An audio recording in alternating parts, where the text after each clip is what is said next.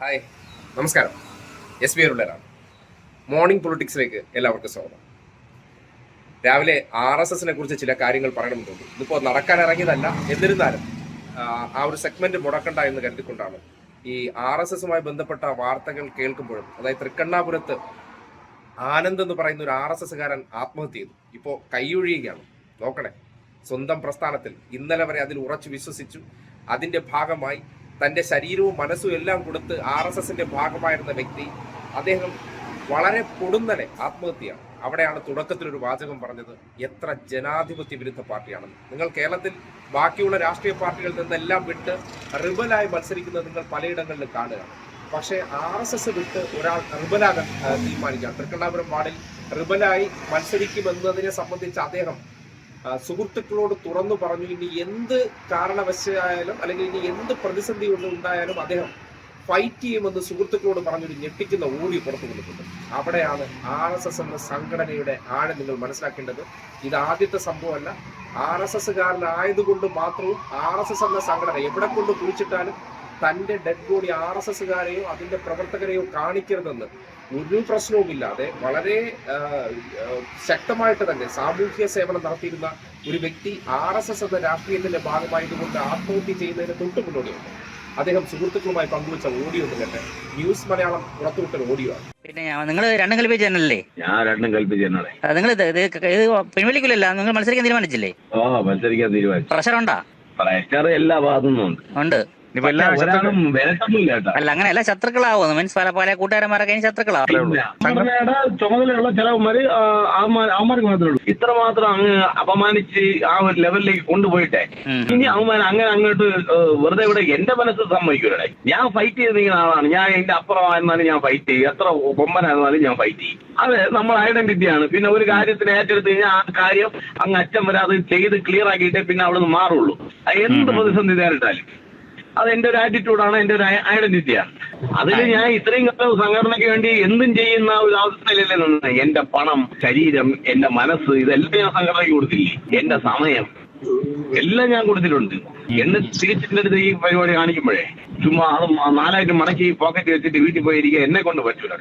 കേട്ടല്ലോ, ഇത്ര ആത്മവിശ്വാസത്തോടെ, ഇത്രത്തോളം വലിയ മാനസിക ശക്തിയോടുകൂടി, അല്ലെങ്കിൽ ഒരു തരത്തിലെ മാനസിക പ്രതിസന്ധിയില്ല, താൻ പോരാടും, ഒരു പ്രശ്നവും ഇല്ലെന്ന് പറഞ്ഞ വ്യക്തി ഉടൻ തന്നെ ആത്മഹത്യ ചെയ്തിട്ടുണ്ടെങ്കിൽ എന്തായിരിക്കും കാരണം?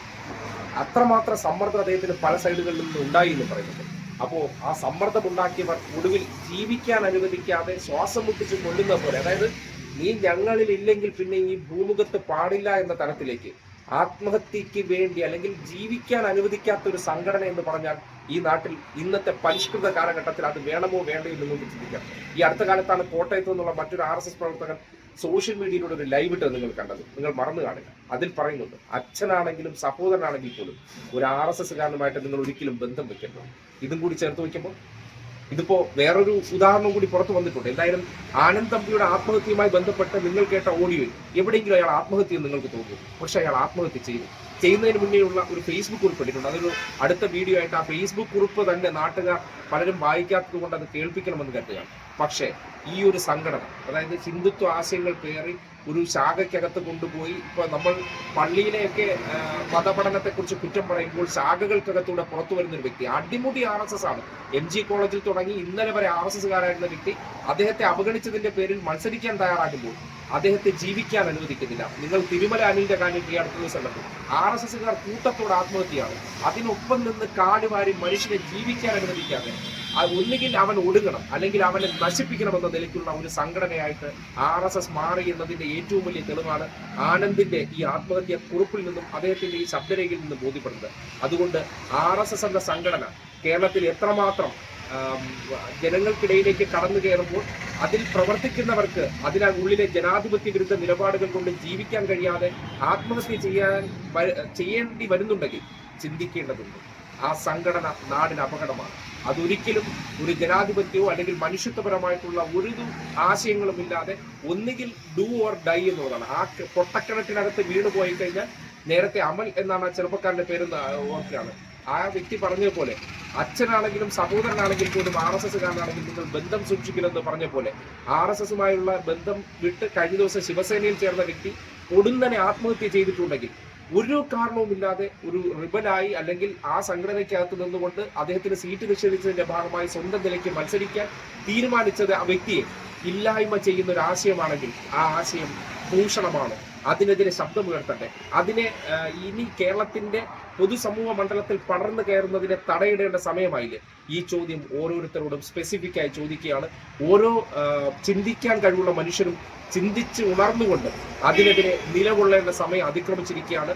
ചെറു പ്രായം തൊട്ട് കുട്ടികളെ കൊണ്ടുവന്ന് ശാഖകൾക്ക് തള്ളിക്കൊടുത്ത് ഏറ്റവും ഒടുവിൽ അതിന്റെ ബലിദാനികളാക്കി മാറ്റുന്ന ഈ രീതികൾ എങ്ങനെ RSSന്റെ ഉള്ളിലുള്ളവരുടെ സമ്മർദ്ദം കൊണ്ട് ഇല്ലാതാക്കുന്ന രീതികളാക്കുമ്പോൾ നഷ്ടപ്പെട്ടത് ആർക്കാണ്? ഒരു കുടുംബത്തിലെ അച്ഛന്, അമ്മയ്ക്ക്, ഭാര്യയ്ക്ക്, മക്കൾക്ക്. അതിനപ്പുറത്തേക്ക് ശാഖയിലുള്ള ഒരുത്തിനും ഒന്നും നഷ്ടപ്പെട്ടിട്ടില്ല. അതുകൊണ്ടാണ് ആനന്ദിനെ ഈ രീതിയിൽ ഇല്ലായ്മ ചെയ്തു എന്ന് പറയേണ്ടി വരികയാണ്.